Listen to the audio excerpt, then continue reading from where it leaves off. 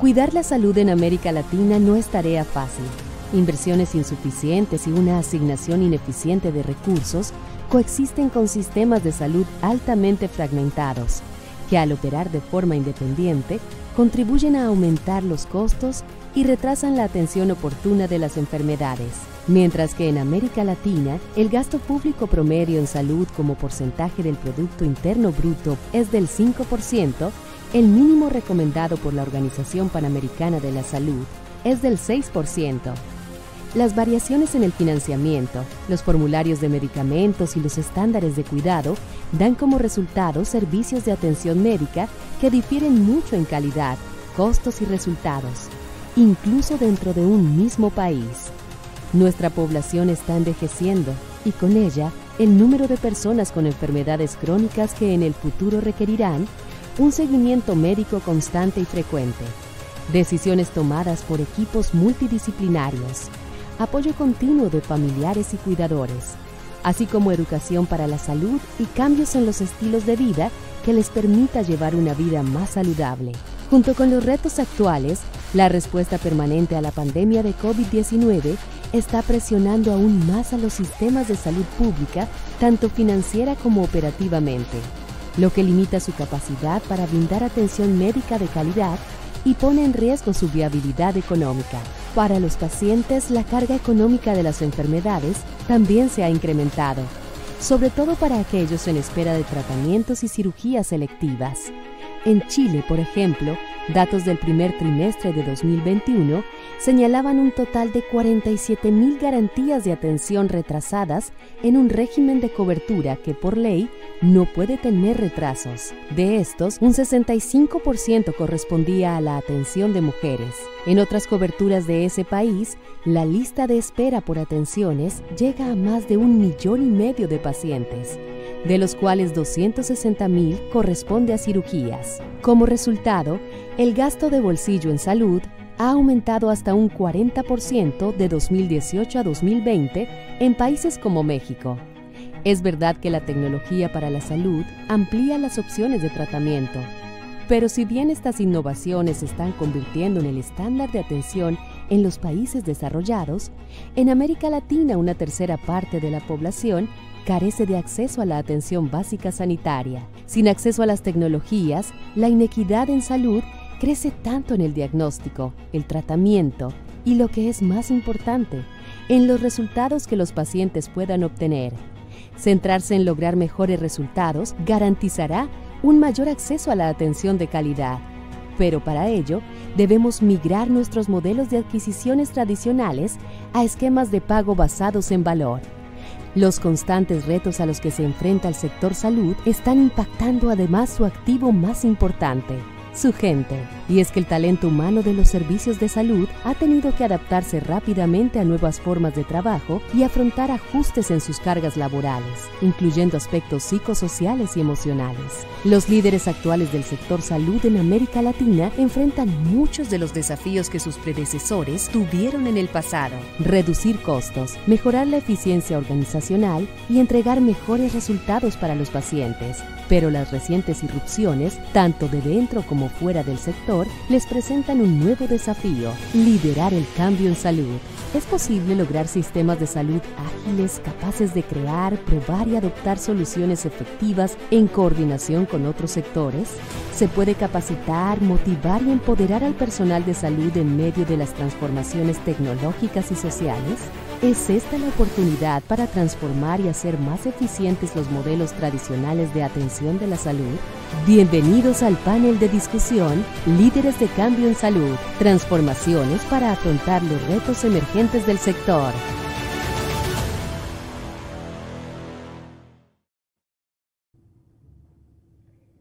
Muy buenos días y bienvenidos. Para responder justamente a estas preguntas nos acompaña un grupo de líderes de muy diversas geografías de América Latina, que estuvieron al frente de las instituciones de salud durante la pandemia y que hoy están trazando el camino que requerimos recorrer para abordar los retos que se generaron en materia de acceso, en materia de cobertura, en materia de equipos humanos y de recursos, y que justamente están liderando esas transformaciones más profundas que el sector salud requiere. Quisiera darle la bienvenida entonces a nuestros panelistas. Sidney Klagner, CEO del Hospital Israelita Albert Einstein de Brasil. Henry Gallardo, director general de la Fundación Santa Fe en Colombia. El doctor Eddie Ortiz, CEO de International Medical Health en Puerto Rico. Alejandro Canavati, CEO de la Red de Salud UC Christus en Chile. Y John Liddicoat, presidente de la región de las Américas de Medtronic. Y José María Zuviría Maqueo, director general del Centro Médico ABC. Queremos que esta sea una conversación muy fluida y por eso los invito a cada uno a responder las preguntas en el idioma de su preferencia y utilizar la traducción simultánea según lo requieran. Tenemos una agenda bien completa, así que vamos a comenzar inmediatamente, abordando un tema que ha generado reflexiones en el mundo entero, y es la recuperación del sector salud post-pandemia. Cada una de las entidades que ustedes representan han jugado un rol significativo en este desafío. Sin duda, ustedes nos pueden compartir múltiples proyectos y aprendizajes construidos a lo largo del último año y medio que merecen ser destacados, no solo por lo que representaron en su momento, sino particularmente porque sirven como base para construir sistemas de salud más eficientes y más sostenibles. En ese sentido, José María, ¿usted cree que las experiencias recientes de alianzas público-privadas que se gestaron para enfrentar el COVID pueden replicarse para atender otros desafíos u otras necesidades insatisfechas del sector?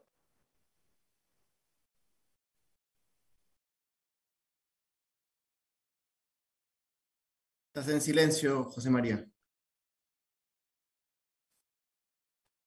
Gracias.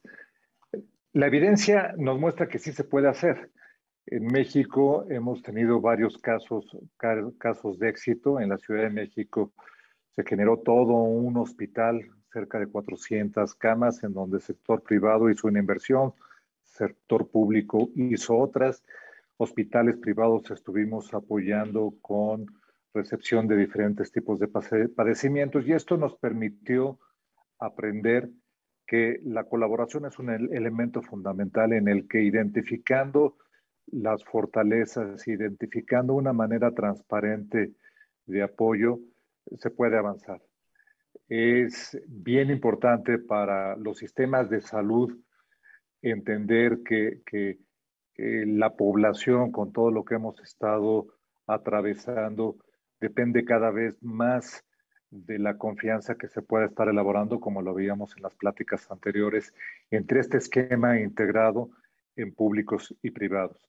Esto viene con sus desafíos importantes. En el mismo esquema mexicano, en estos momentos hay puntos que son ríspidos en la colaboración, pero pues, ¿dónde no hay esos puntos? Yo creo que el tema es sacarlos, ponerlos en la mesa, discutirlos, encontrar una forma en la que se estén enfrentando estos diferentes temas: suministro de medicinas, costos de medicamentos, costos de equipos, certidumbre en los tratamientos, la variabilidad que pueden tener, el esquema de la precisión en los diagnósticos, en fin, temas que pueden ir avanzando en cada uno de los puntos, pero efectivamente yo creo que hay una enorme posibilidad de apalancar este tipo de relaciones. Muchísimas gracias, José María. Vamos con Henry. Y quisiera preguntarle si usted considera que en Colombia, particularmente, hay algún problema específico de salud que podría resolverse justamente a través de una alianza público-privada o de cualquier otro mecanismo de colaboración semejante. Un placer estar acá. Un abrazo a todos. Yo creo que si hay algo que la pandemia debe dejarnos a todos, es que se requiere de un liderazgo solidario, colaborativo y colectivo. Y en ese sentido, más allá de la razón de ser de las instituciones públicas o privadas, la unión de las organizaciones es lo que va a llevar este sector a un siguiente nivel de desarrollo. Un problema específico que nosotros hemos trabajado en Colombia, o mejor, dos problemas específicos, es que en colaboración con una universidad muy reconocida de Colombia, la Universidad de los Andes, y el gobierno nacional, estamos organizando el Plan Decenal de Salud Pública. No solamente el plan de prestación de servicios, sino cómo llegar a cubrir inequidades en el territorio nacional, que, como ustedes saben, Colombia es bien diversa y necesita la mayor capacidad de incluir las visiones de todos. Otro más concreto es que, por ejemplo, nosotros ayudamos a construir la encuesta nacional de nutrición, 55.000 hogares visitados en Colombia, en todo su territorio, para definir cuáles deberían ser las acciones y los focos en los cuales se deberían cerrar brechas nutricionales en el país. Yo creo firmemente que la colaboración es una fórmula, sobre todo con una genuina solidaridad detrás de ella que la sustente. De acuerdo, Henry, muchas gracias. Quiero recordarle a la audiencia que la sección de Q&A está abierta para que puedan enviarnos sus preguntas y las estaremos resolviendo a lo largo del panel. Sydney, let me switch to English. So we witnessed a full stop of elective procedures during the pandemic, but now we're finally witnessing some recovery. Could you share, please, some of the key factors for this recovery and how are you leveraging those to improve the overall performance and the healthcare management?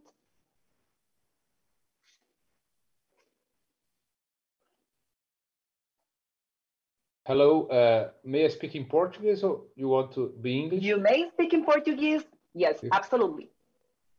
So you don't need to speak in English because I understand very well the Spanish. Perfecto. Okay? Muito prazer, é um prazer estar com vocês, grandes amigos queridos, e poder estar nesse painel. Eu agradeço o convite. Aqui no Einstein, na primeira onda em que o Brasil foi acometido da pandemia, nós tivemos a oportunidade de ver a parada dos procedimentos eletivos, a necessidade, com uma taxa de ocupação que chegou a 50% da habitual. E para a retomada desta atividade, já que pelo excesso do protagonismo da nossa organização na liderança de várias iniciativas em saúde, como o Hospital Público referência para a Prefeitura de São Paulo, o Hospital de Campanha construído e operado por nós dentro de um estádio, tudo isso fez com que a população tivesse medo de voltar ao Einstein como um hospital que estava à frente de vários pontos do enfrentamento da pandemia. E para reconquistar, houve a necessidade de uma parceria muito próxima com o nosso corpo clínico, este corpo clínico com uma relação de confiança, um corpo clínico que teve a preocupação de lidar com saúde mental do corpo clínico, com atendimento em saúde, com testagem repetida, com disponibilização de plataformas de telemedicina e com comunicação muito próxima para informar aquilo que o corpo clínico deveria trazer a seus pacientes. A oportunidade de construir vídeos que informavam um fluxo apartado, um fluxo diferente para os pacientes que portassem COVID ou síndromes respiratórias que pudessem ser COVID, tinham até entrada diferente, como se fossem dois hospitais na mesma planta. E isso teve a participação muito próxima com o corpo clínico, através de lives de comunicação, de tirada de dúvidas com os novos fluxos, a oportunidade do treinamento com as secretárias dos médicos que têm consultório aqui dentro, para que elas pudessem responder de maneira adequada, a colocação de todo o protocolo de segurança sanitária dentro dos consultórios, o afastamento de consultas, equipamentos que também foram divididos entre aqueles com risco de COVID, e nos procedimentos eletivos, a testagem antes da cirurgia, na véspera da cirurgia, onde o Einstein comparecia à casa de cada paciente com procedimento agendado e fazia a testagem para que ele fosse internado na enfermaria correta, divididas em três: a enfermaria confirmada com COVID, a enfermaria sob suspeita e a enfermaria livre de COVID.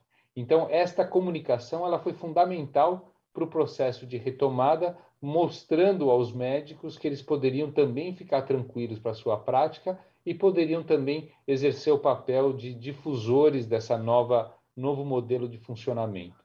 Isso foi fundamental para a retomada que aconteceu, apesar de talvez ser o hospital mais impactado aqui na cidade de São Paulo pelo êxodo do paciente, foi o hospital que mais rápido recuperou as suas atividades de procedimentos eletivos, de cirurgias e de internações de alta complexidade. Muchas gracias, Sydney. Y definitivamente en todos los escenarios, cuando hablamos de crisis, hablamos de las oportunidades que vienen con las crisis, y el COVID claramente no es la excepción.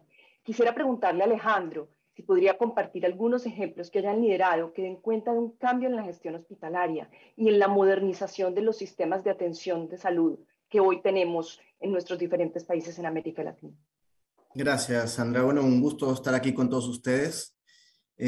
Para darles un poquito de contexto, la red de salud que manejamos nosotros es una red de salud asistencial académica. Estamos ligados con la Pontificia Universidad Católica de Chile y tenemos un grupo académico, clínico de médicos bastante comprometidos con una alta confianza en la organización y sin duda en el país, en Chile. Y lo que nos llevó la pandemia precisamente fue tener una cohesión en el grupo y tomar decisiones que antes no habíamos podido tomar. Obviamente en situaciones de incertidumbre y en situaciones tan complejas como las que vivimos, donde pasamos momentos difíciles, tanto financieros como en la atención de pacientes, tuvimos que tomar decisiones que antes nos costaba tomar. Y ahí, como para dar ejemplos, y me encantó uno de los puntos que habla Geoff, que habla del remote everything, que es tener todo digital. Y nosotros nos fuimos por esa vía. Quisimos hacer el acceso a nuestros pacientes lo más digital posible, en donde pudimos poner a su disposición todos los accesos vía web, los agendamientos y sin duda, como dice Sydney, la telemedicina. Para nosotros para dar un ejemplo, llevamos un proyecto tratando de implementarlo de la mejor manera posible, como la telemedicina, que nos llevaba varios meses con una herramienta que uno puede decir perfecta, pero en el momento de la situación, cuando no podías ver al paciente presencialmente, tuvimos que tomar decisiones y en manera de 2 semanas pudimos convertir la mayoría de nuestras atenciones, llegando en un mes a pics de arriba de 20,000 atenciones en un mes, que hasta el día de hoy continúan, que es lo increíble. Llegó la telemedicina, se va a quedar, y esto, la agilidad, el compromiso del grupo médico, de las enfermeras, fue excepcional, así como el grupo administrativo, porque esto es más allá de la atención en telemedicina, es todo un proceso administrativo. Y el otro ejemplo que me gustaría dar es que tuvimos que tomar decisiones como ambulatorizar lo más que podamos de los procedimientos. Obviamente tuvimos mucha cirugía que no podíamos realizar durante las olas importantes y lo que sí podíamos hacer y nos permitía el gobierno era poder hacer cirugía ambulatoria. No nos quedó otra más que acelerar el proceso. Sabíamos que en otros países esto ya pasaba, pero probablemente teníamos algún temor por llevar a cabo. Hoy en día el 50% de nuestras cirugías son ambulatorias y eso a pesar de que somos un hospital académico de muy alta complejidad. Entonces la realidad es que la pandemia nos ha traído bastantes aprendizajes, ser una organización ahora bastante más ágil y tomar decisiones en el momento. Perfecto, Alejandro, muchas gracias. And continue with this line. Healthcare is definitely an ecosystem where every stakeholder plays a key role in collaboration with others. We were talking about technology, about remote. So, John, could you please share with us how can the healthcare technology industry collaborate to support current financial, clinical, and operational challenges of healthcare providers in Latin America? Yeah, well, good morning, Sandra, and thank you for having me. It's really a pleasure to see you. And this panel has just been terrific and a great learning for me. And it's interesting that these themes come up not only in Latin America, but as part of our global business. And I think it was Sydney who first mentioned, the importance of telemedicine, Alejandro. It's funny. He's branded much like Medtronic. He's branded a lot of what we consider to be remote everything, and that to us is a trend now that we are pushing through all of our businesses as we serve our customers, not just in Latin America, but really globally as well.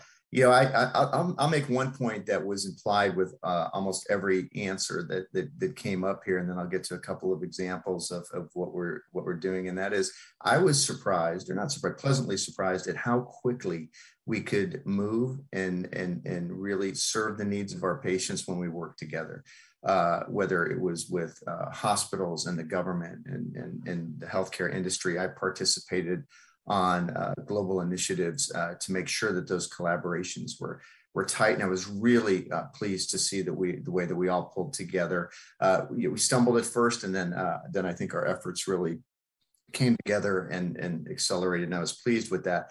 I do think, and I forgot which panelist it was that said this. Maybe it's Jose Maria. That said that, now we need to be more proactive in our thinking and our preparation. So I think that as we look forward, not necessarily that it's going to be the next pandemic, but there is no question that all of us will be faced with some challenges as we go forward. And so I think the more that we can plan in a collaborative way, the better that we are all going to do.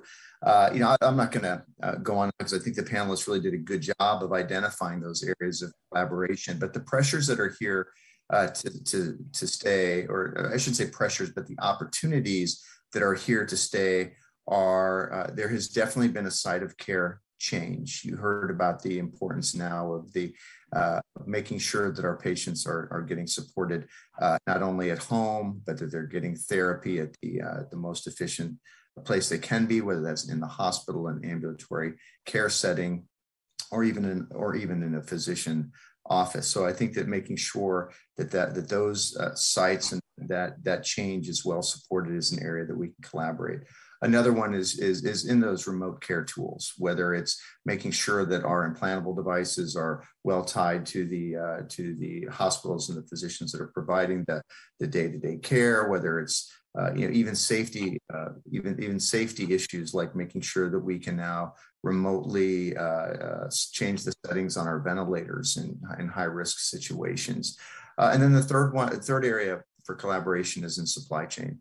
I think all of us have felt the pressures of a vulnerable supply chain through this entire time, and to make sure that we are that we're working hand in glove together to make sure that our supply chain is robust as we go forward, regardless of the challenges that we're going to face. So to me, those are three areas that have jumped out, and I think that they were themes that were touched on by most of the panelists as well. So thank you, Sandra. Thank you, John. Completamente de acuerdo. Creo que podemos sacar un poco una conclusión de las diferentes intervenciones de todos ustedes, y es que definitivamente las alianzas están acá para quedarse. Y no solo eso, sino que nos han permitido trabajar de manera mucho más ágil, tomar decisiones más rápidas y más eficientes, y transformar procesos que en el pasado habrían tardado muchísimo en avanzar. Entonces, sin duda, la pandemia nos ha dado una oportunidad para avanzar y para trabajar unidos como sector salud y no en silos, y es algo que tenemos que continuar haciendo en el futuro. Quisiera pasar ahora a un gran desafío que tenemos, y es la pandemia nos deja con escasez de recursos, particularmente en economías como las de América Latina. No es un secreto que los paquetes de recuperación presentan importantes retos para todos.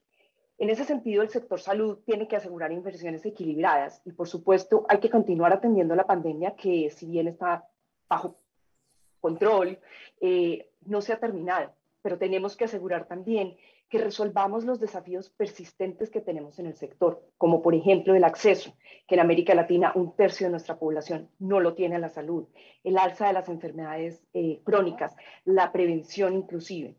En ese sentido, Henry, quisiera preguntarle cómo está enfrentando el sector salud este desafío para garantizar justamente que las inversiones vayan más allá de la pandemia y aborden estos diferentes desafíos que estamos enfrentando. Sandra, gracias por la pregunta. Lo primero que quisiera mencionar es que las organizaciones de salud tienen la obligación de funcionar de forma ambidiestra.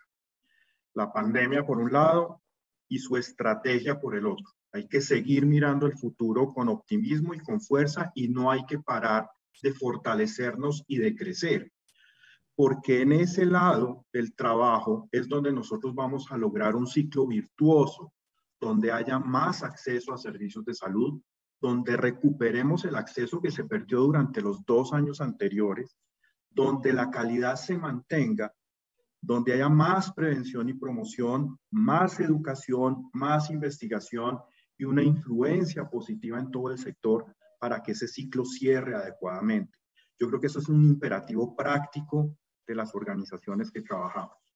Respecto al tema de la organización logística, en nuestro caso en particular, nosotros definimos una estrategia en febrero, cuando inició la pandemia. El primer caso se presentó en Colombia a mediados de marzo del año anterior. Y lo primero era cuidar a nuestra gente. Para cuidar a nuestra gente, esto implica que los insumos, etcétera, etcétera, etcétera, que se requieren para cuidar a la gente, hay que tenerlos. Es lo más importante, eso no se puede perder de vista. Hay que cuidar a los que cuidan con toda la intensidad, fortaleza y potencia que tengamos las organizaciones. El segundo elemento, ya lo mencionaron mis colegas, es que hay que ser rápidos, ágiles en ampliarnos y recogernos de acuerdo a las olas de la pandemia. Y para eso se requieren estándares de reorganización logística detrás de esos procesos y se requiere mucho entrenamiento de la gente y muchos planes detallados de cómo expandir y recoger. Obviamente, eso tiene que ser comunicado al público. Si nosotros no informamos adecuadamente, no vamos a mejorar los índices de confianza que mencionó Mariana en su presentación anterior. Y claramente, en nuestro caso en particular, las inversiones en tecnología y en crecimiento van bajo una lógica de condiciones clínicas. Ya no estamos trabajando en el modelo tradicional de solamente ver las especialidades médicas, sino ver las líneas de servicio de forma integrada, de tal manera que rondamos, circulamos colectivamente alrededor de los pacientes. Y la tecnología que va a generar valor en nuestra perspectiva es aquella que integra, aquella que permite el acceso fácil, rápido, oportuno y completo para pacientes y familias, y que claramente está conectada con el público en general a través de una transformación digital que todos ya lo han mencionado y que todos la hemos tomado muy en serio en esta etapa. Muchísimas gracias, Henry. Definitivamente muy esclarecedor. Yo quisiera continuar profundizando un poco más en este tema porque creo que es bien relevante. Quisiera preguntarle a Sidney si puede compartirnos algunas iniciativas que puedan promover un sistema de salud más equitativo y más sostenible. Sim, é um prazer. Parte do que, complementando o que meu amigo Henry comentou agora, ele vem dentro de uma cultura da organização que coloca, de fato, o ser humano em geral, não apenas aquele do setor privado, mas como a gente pode atingir um número maior da população. E isso não dependeu só da pandemia. A gente tem a certeza aqui no Einstein, por exemplo, que a adoção de protocolos de qualidade, de segurança, a adoção do engajamento da população em termos da informação e principalmente do alinhamento de valores e propósito dos colaboradores que se sentem acolhidos, cuidados nas suas questões, conseguem evitar o desperdício em saúde e na criação de um sistema de saúde com o questionamento do modelo de remuneração, que durante quase um século ele privilegia a doença e não a saúde, mas a organização como um todo, se organizando na forma de um sistema, consegue acompanhar a jornada do paciente desde o momento em que você entra nesta interação, pode ser na atenção primária, até os momentos em que a urgência é necessária ou procedimentos de alta complexidade são necessários, inclusive a reabilitação. Como disse muito bem o Henry Galhardo, isso depende de um novo mindset, inclusive do profissional de saúde, que vai estar melhor formado para ocupar qualquer tipo de papel que a demanda exige num trabalho multidisciplinar e multiprofissional como um verdadeiro time. Eu vejo como terminado a autonomia de um médico que atua de forma única e sozinho, com uma autonomia da decisão que muitas vezes vai contra o que existe de melhor evidência. E por conta disso, o Einstein acabou criando aqui os Care Pathways, que são linhas de cuidado em que existe uma determinação de como atuar em determinadas condições de saúde por várias especialidades ao mesmo tempo. E isso acaba sendo organizado no acompanhamento da jornada do paciente, seja na forma de prevenção, como no atendimento episódico, por exemplo, no procedimento de alta complexidade. Então, tudo isso já vinha acontecendo como um meio de vencer desafios que o sistema de saúde nos impõe. E eu entendo que a pandemia só fez com que isso fosse mais e mais urgente e premente, colocando uma verdadeira lente de aumento dessas fragilidades e deficiências que o sistema tem como um todo, inclusive no momento de implementar iniciativas para evitar desperdício em saúde. De acuerdo, Sidney, muchas gracias. Eddie, yo quisiera saber si nos puedes compartir 2 o 3 áreas de inversiones que van a ser prioritarias para mantener la atención en salud y, por supuesto, para mejorar y avanzar en la adopción de estas tecnologías de punta e innovaciones significativas que impactan a los pacientes. Claro, y gracias por la oportunidad y un saludo a todos los panelistas, a los que están participando. Voy a tomar el ejemplo de Puerto Rico, ¿verdad? Puerto Rico somos un pueblo resiliente. Los últimos años no han sido particularmente de impacto para nuestra isla. Eventos catastróficos como los huracanes Irma y María, que crearon crisis humanitaria y de prestación de servicios de salud, los eventos de terremotos en las áreas suroeste de la isla y ahora la pandemia. Ante todo eso hemos, ¿verdad?, apostado a la innovación tecnológica para mejorar la eficiencia operacional, mejorar la calidad de los servicios, reducir la carga de trabajo de los médicos y profesionales que tanto lo ha impactado esta catástrofe, garantizar el acceso oportuno a servicios, reducir la desigualdad y garantizar la equidad en el acceso a servicios, reducir los costos, por supuesto, y cumplir con las agencias reguladoras. En ese sentido, doy 2 ejemplos que hemos estado invirtiendo en Puerto Rico y en nuestras organizaciones. El primero creo que es la telemedicina. Esto vino para quedarse. En nuestra organización, por ejemplo, hemos llevado a un 20% de los encuentros de los proveedores con los pacientes a nivel virtual, usando la telesalud.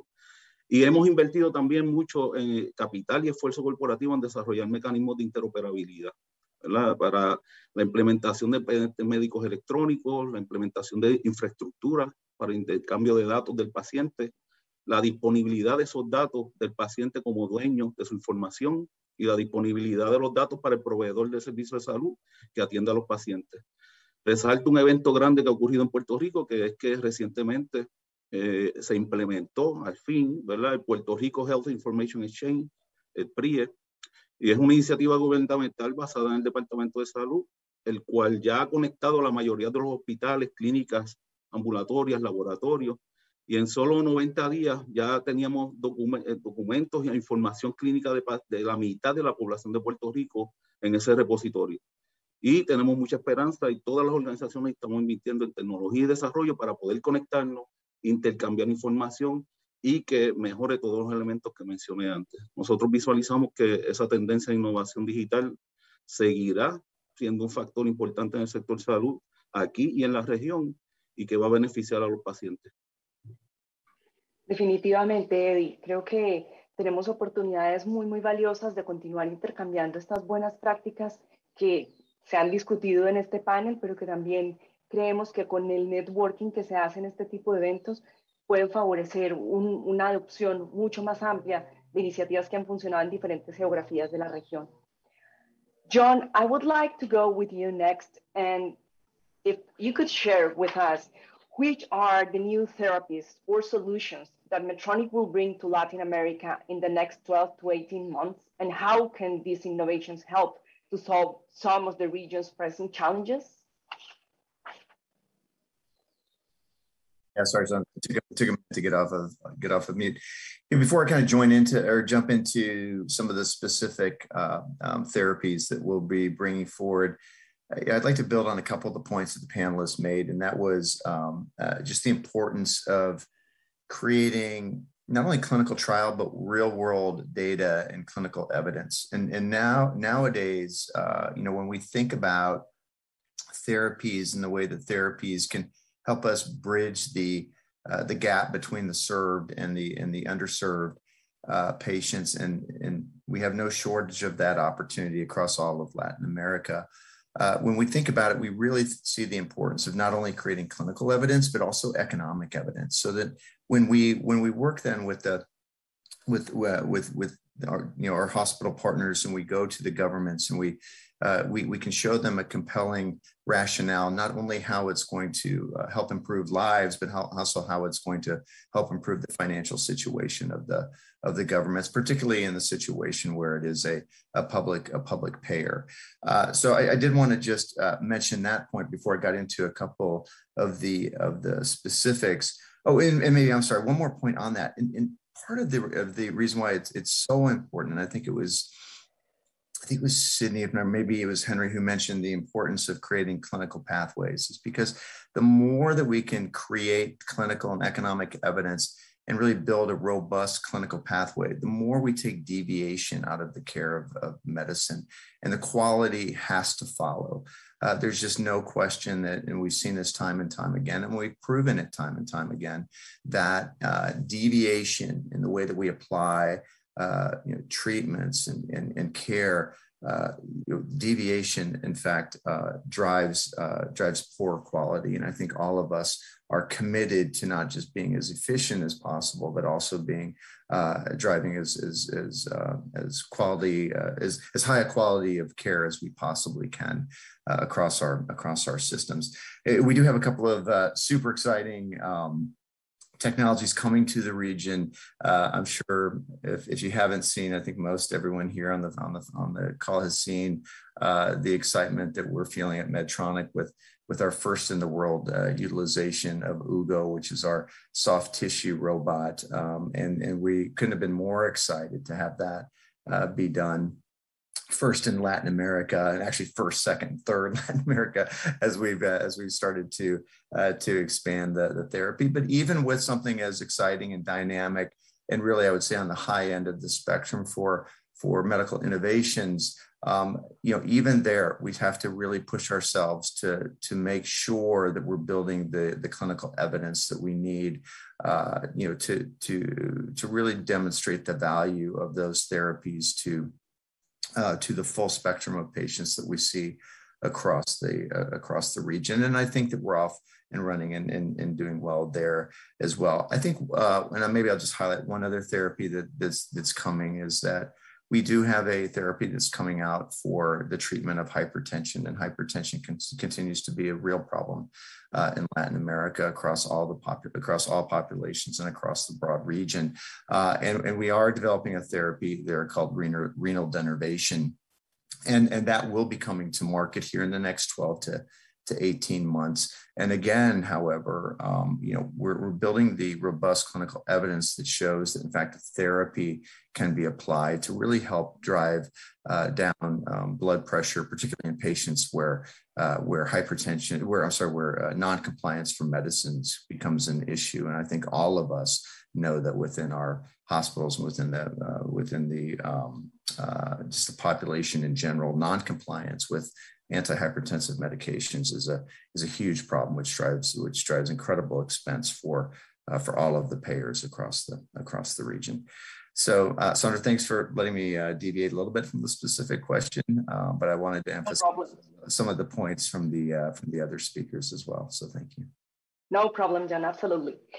Quisiéramos pasar ahora a un tema que es clave y que vimos hace unos pocos minutos, y es la confianza como un elemento clave para la transformación. Sin duda, los hallazgos que vimos del barómetro de confianza de Edelman muestran la relevancia y las implicaciones que tiene este elemento y que tiene más en el sector salud. Ustedes definitivamente, como líderes de organizaciones que han enfrentado un periodo de incertidumbre y de adaptación muy importante, sin duda vivieron experiencias difíciles y nos pueden compartir cómo sortearon estos momentos, pero también cómo avanzan en lo que hemos denominado la nueva normalidad. Yo quisiera comenzar con Eddie, y quisiera que nos detallaras un poco más, Eddie, el tema de la resiliencia y la adaptabilidad, particularmente en Puerto Rico. Lo mencionaste, pero me parece que es importante profundizar un poco en esto de cara a la confianza y a la transformación que se requiere del sector. Gracias, Sandra. Bueno, mucha de la innovación y de lo que se ha aplicado ha venido dirigido por la crisis que han habido, ¿verdad? Pero sin embargo también mucho ha venido dirigido impulsado por los requerimientos regulatorios ¿verdad?, que nos hemos puesto de acuerdo y han salido directrices para atender temas de una manera bastante estandarizada. Ciertamente hay que tener, ¿verdad?, presente que el manejo de información ha sido un reto. La información certera, que venga de organizaciones con credibilidad, y cuando ha habido desviaciones de eso, pues nos ha creado un problema en nuestras poblaciones, ¿verdad? Y cómo hay esa capacidad de atender su salud, de atender información que es pertinente, crítica, que viene de expertos, y no la información, la cantidad de información que está viniendo desviada de eso. En Puerto Rico, ¿verdad?, hemos tenido esas iniciativas y ciertamente nos ha ayudado, que hemos llegado a un punto donde se ha estabilizado el compartir información en la que podemos confiar, y de ahí tomar decisiones basadas en información. La inversión, como dije, en esfuerzos corporativos para desarrollar la tecnología y reducir principalmente las desigualdades y mejorar la equidad en acceso a servicios de salud, ¿verdad?, para pacientes que viven en áreas remotas, para pacientes que no tienen acceso a transportación, para pacientes que están con índices de pobreza muy altos y que debemos ayudar. Pues esos esfuerzos van a rendir fruto en que esto sea un modelo sustentable, ¿verdad?, y que la gente reciba los servicios que necesita. Yo creo que principalmente ha sido eso, ¿verdad?, que lleguemos a un punto donde la información era correcta y podíamos utilizarla para tomar decisiones. De acuerdo, Eddie, muchas gracias. Alejandro, ¿podrías compartirnos cuáles son los elementos que debemos trabajar justamente para reforzar la confianza dentro de la organización, pero también dentro del sistema de salud como un todo? Claro. Gracias, Sandra. A mí me gustaría, previo a eso, comentar que nuestra institución tiene uno de los primeros Hugo, el robot, y que además instalamos en conjunto con Medtronic un centro de simulación. Entonces tenemos el centro de simulación que ojalá, siendo un centro académico, se pueda aprovechar, y estamos haciendo ya nuestras primeras cirugías con el robot y estamos encantados. Se agradece bastante el trabajo que hemos hecho en conjunto. Con respecto al tema de la confianza y los elementos que consideramos, de hecho, para nosotros en nuestra estrategia, la confianza es de lo más importante que estamos tomando en cuenta. Como Universidad Católica y Christus Health, que conformamos UC Christus, nosotros tratamos de dar medicina de confianza. Y la confianza nosotros la damos con los resultados clínicos, con la transparencia de la información, y eso lo tratamos de transmitir trabajando en conjunto con nuestros médicos. Si tenemos médicos de alta calidad, dando innovación, haciendo investigación, podemos mostrarle a nuestros pacientes la innovación que estamos creando. Entonces, para nosotros, el trabajo con los grupos médicos es sumamente crítico, así como el grupo de enfermería.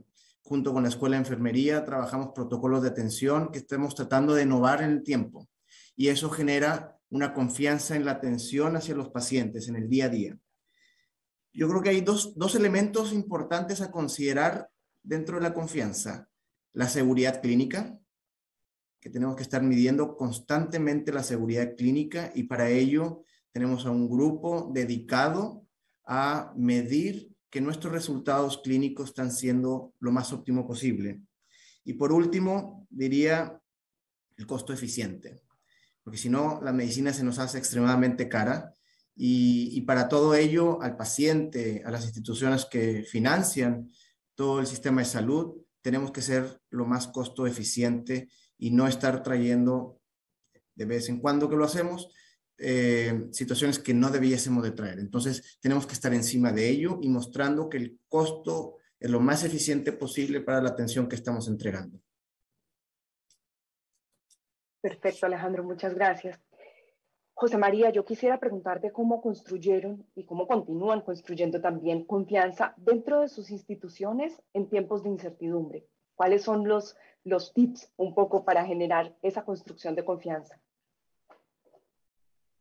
La confianza ha sido el resultado de un esfuerzo de muchos años, y los pilares fundamentales están en clarificar cuáles son los principios y los valores que rigen la toma de decisión de la organización, y ser fieles a esos principios y valores.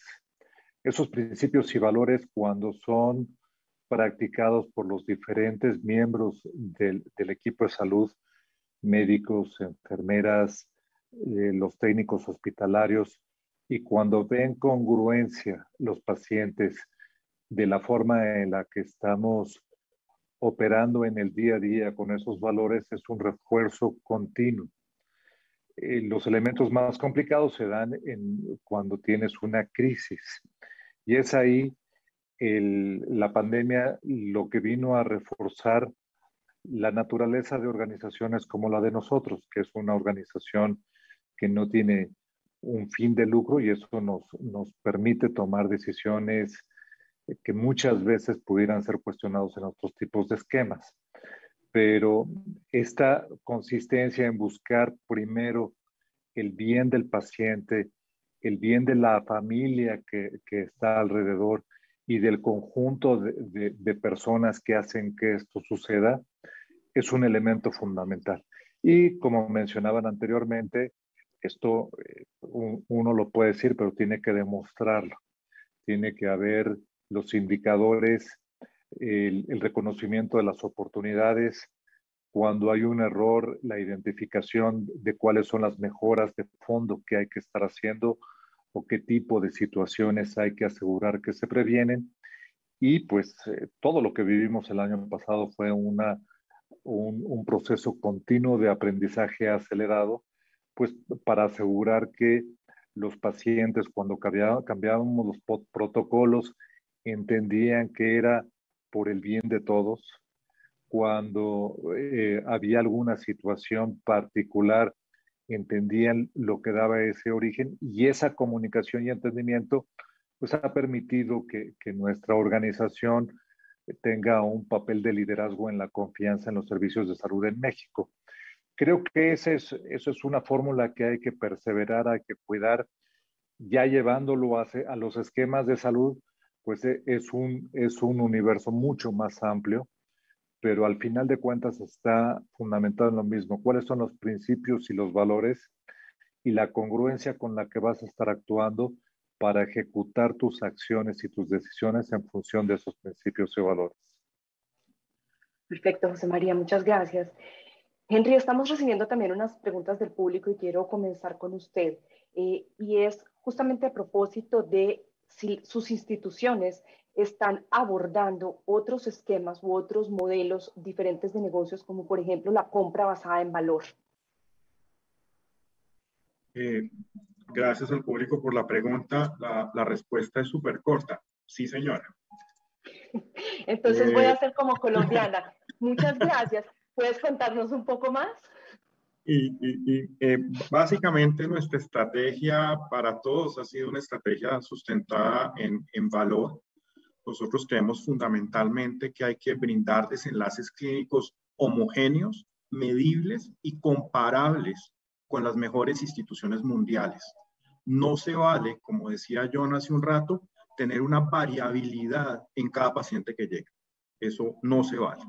Lo segundo es que la experiencia de pacientes y familias y de nuestros equipos de trabajo están sustentadas en un proceso de atención centrada en las personas, nuevamente nuestra gente, pacientes y familias, con un modelo de transformación digital que haga fácil el proceso de acceso y transparente cada uno de los pasos que deben seguir las personas.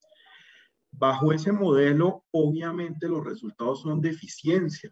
Es natural que cuando uno logra estandarizar y hacer bien las cosas y rápido, pues sale mucho mejor desde cualquier perspectiva de productividad. Ese modelo ha conducido a que nosotros nos enfoquemos no solamente en los procesos puntuales de calidad de cada una de las áreas, sino, como lo mencioné antes, por líneas de servicio y condiciones clínicas.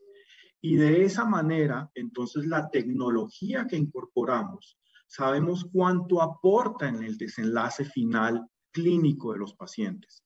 Y entonces allí viene una palabra que es fundamental, y es adquirir la tecnología adecuada.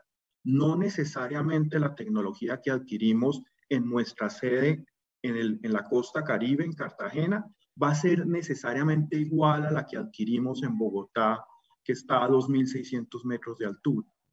Pero lo que sí es importante es que la tecnología aporte en el desenlace clínico y en el cambio de la experiencia del paciente, y eso es lo que nosotros hemos llamado adquisiciones por valor, es decir, que suman al valor, lo cual obliga a una alianza inmensa, inmensa, que no tiene fin, entre la industria y nuestras entidades.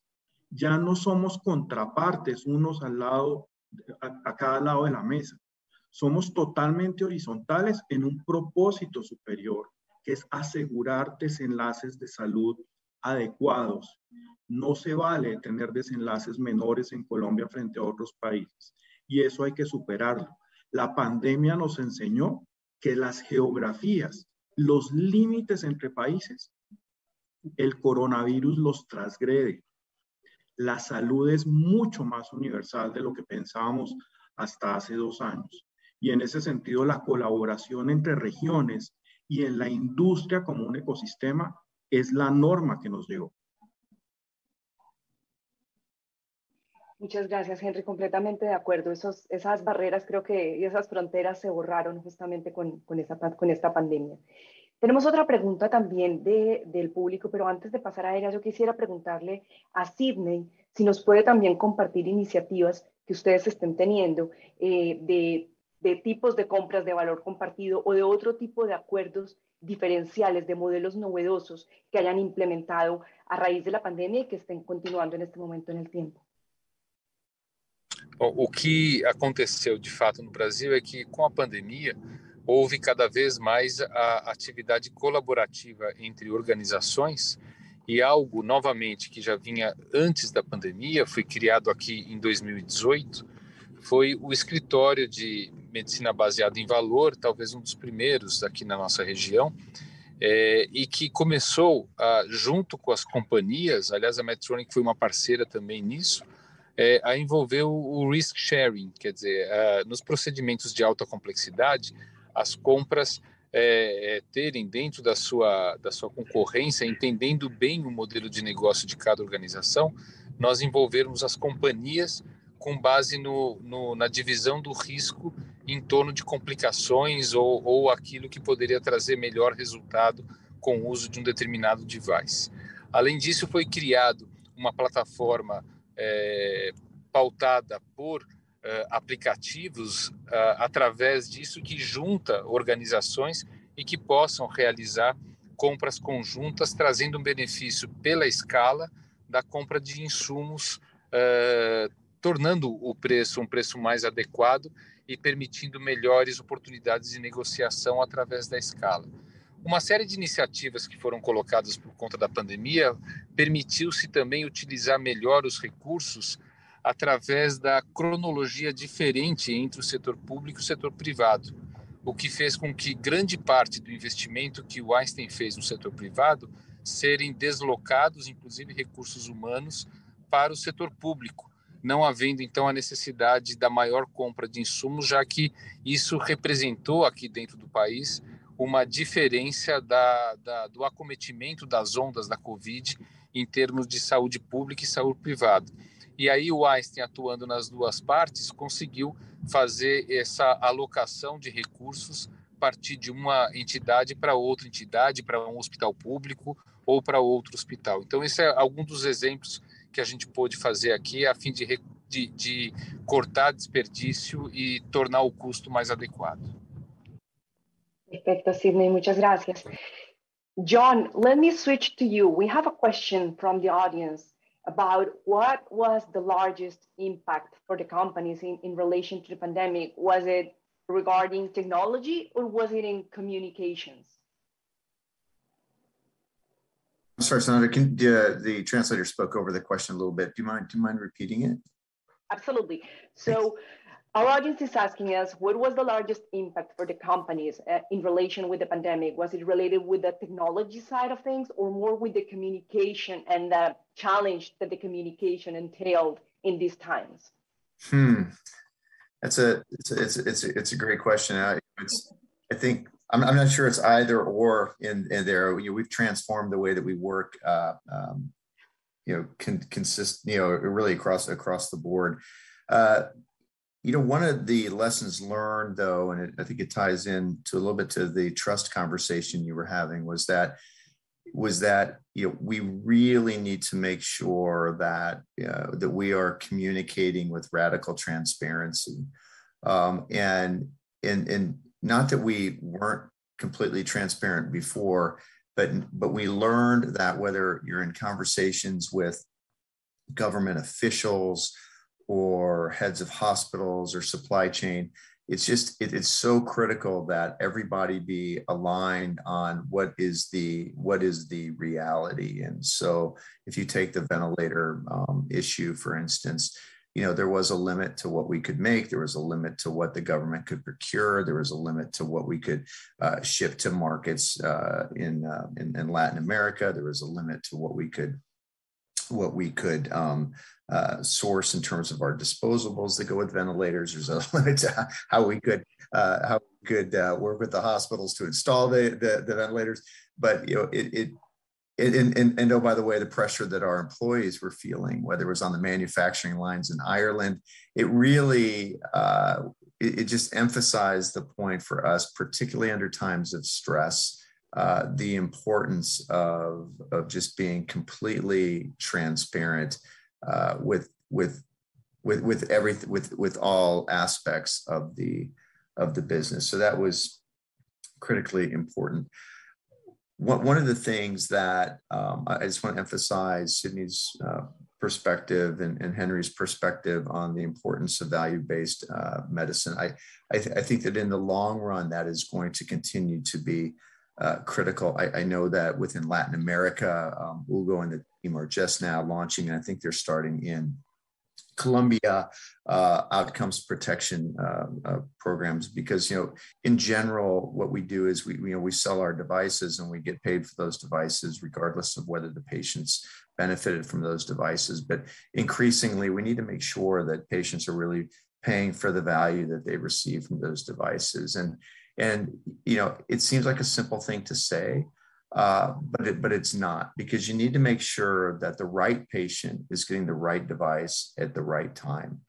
And that means that we have to have robust care pathways. We have to make sure that the patients are informed. We have to make sure that the doctors are well trained. We have to make sure that the measures of the outcomes are accurate. We have to, you know, so there's just a lot that goes into that statement. But I can tell you, you know, we at Medtronic are eager to get to that point, because I think that's the only way that the healthcare systems become sustainable. And you can't really, you know, it's not sustainable to pay for the promise of a therapy. You actually have to pay for the benefits of the therapy that the patients receive. So thank you, Sandra, again, for letting me answer part of another question as part of my question. But I'm obviously very excited about where we can go with value-based care. So thank you. No, thank you, John. Thank you for sharing your perspective. It's always great. Para cerrar, yo quiero pedirles, antes de que se nos termine el tiempo, a cada uno que nos compartan una frase de manera muy breve, un consejo o un aprendizaje para los colegas del sector salud que están liderando el cambio dentro de sus propias organizaciones. Solamente una frase para que podamos ir por todos y obviamente trazar las conclusiones de esta conversación. José María, ¿podemos comenzar con usted? Gracias. Creo que las rutas que tenemos y las ambiciones son enormes. Hay que escoger muy bien las batallas, hay que asegurar que tenemos los elementos para poder enfrentarlas correctamente, y en todo esto tener el cuidado de los pacientes en el centro de nuestras decisiones. Gracias. Henry. Una frase rápida de aprendizaje y de futuro, y es que somos personas sirviendo personas, sustentados en tecnología, infraestructura y transformación digital. Y hay que seguir trabajando, por lo tanto, en una construcción de una cultura contundente, llena de confianza, orgullo y compromiso, y con un liderazgo colectivo a prueba de cualquier reto. Alejandro. Gracias, Sandra. Yo diría que el cambio y los cambios que estamos viendo lo vamos a lograr siempre en colaboración con los grupos médicos. Es el trabajo en conjunto con ellos. Gracias. Sidney?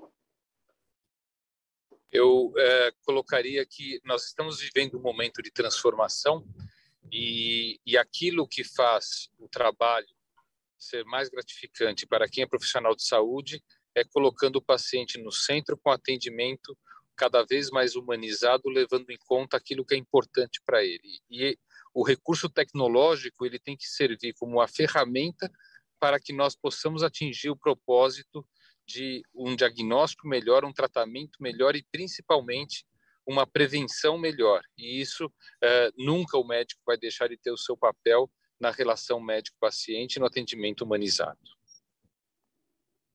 Gracias. Eddie? Gracias por la oportunidad. Se me ocurre mencionar un pedazo de una canción que conocemos aquí en Puerto Rico. Dice, la lucha nunca cesa, la vida es lucha toda. Y en nuestro caso, la lucha sigue por los pacientes y por un sistema, como dije, que sea de equidad y dinámico para nuestros pacientes y que podamos tener pacientes más sanos y recibiendo los servicios que se merecen. Gracias. Gracias. John? For me, I'm sorry. Yeah, sorry, but like, yeah, you know, first off, it's a great question. Thank you. I guess for me, it's just never lose sight of the importance of the work that we're doing and the impact that we have, not only on the individuals' lives, but the lives and the well-being of their families and friends. And there's nothing, I think, more humbling than to embrace that and to really fully understand the importance of our work. Thank you. Bueno, yo espero que ustedes hayan disfrutado tanto como yo de esta conversación. Creo que hay muchas perspectivas y muchas conclusiones bien relevantes que podemos sacar. Tenemos varias preguntas que no vamos a alcanzar a responder, pero nuestro compromiso es que con las memorias que vamos a compartirles después de este evento, vamos a abordar esas preguntas. Yo quisiera hacer énfasis en 3 conclusiones solamente. La primera es que definitivamente la colaboración y las alianzas están en el centro de la recuperación y de la modernización del sector de salud. Crear mecanismos permanentes de diálogo y de conversación para compartir buenas prácticas, para discutir nuevos caminos, es fundamental. Avanzar en las iniciativas público-privadas para abordar los desafíos de las listas de espera, del tratamiento efectivo de enfermedades crónicas que generan altas cargas económicas para el sistema, son fundamentales. Y finalmente, la recolección rigurosa de información que permita tomar mejores decisiones y planear de manera acertada los programas, como la Real World Evidence, los datos de verdad construidos en conjunto y en alianza entre los diferentes actores del sistema, van a ser cada vez más relevantes. Y todo esto, por supuesto, está hilado por la confianza. Sin la construcción de confianza y la consolidación de esa confianza entre los diferentes actores que hacemos parte del sistema de salud, es imposible avanzar hacia una atención más sostenible y más eficiente. En segundo lugar, la adaptabilidad. La adaptabilidad implica tomar decisiones que no se habían tomado antes, hacerlo de manera más rápida, de manera más ágil, un poco ser ambidiestros, como lo decía Henry en su conversación. Y también cuidar a los trabajadores del sector salud con inversión, con acompañamiento, con entrenamientos, tener estrategias de compras distintas, tener modelos de negocios que sean disruptivos y novedosos y que permitan justamente impactar y llegar a más pacientes cada vez. Y por último, la tecnología. La tecnología es clave para avanzar en el acceso, en la cobertura, en la calidad de la salud y también en la consolidación de sus sistemas modernos, eficientes y sostenibles. Sin duda, la pandemia aceleró la virtualidad, la telemedicina, el monitoreo remoto. Y estos son hoy herramientas que están aquí y que llegaron para quedarse. Lo mismo sucede con cirugía mínimamente invasiva, con la atención ambulatoria, que cambian el estándar de atención y que favorecen una rápida recuperación de los pacientes. Y por último, la innovación que viene de la mano de la tecnología en modelos, en sistemas, en equipamientos, en dispositivos que siempre están al servicio del paciente, que rodean al paciente de manera colectiva y que además entienden las diferencias que existen entre los distintos pacientes de un país y de otro o de una región y de otra. Alejandro, Sidney, Henry, Eddie, José María y John, muchas gracias por su participación, por compartir sus experiencias, por compartir sus aprendizajes y las diferentes iniciativas que ustedes han tenido y que han sido claves para la transformación que estamos comenzando del sector salud.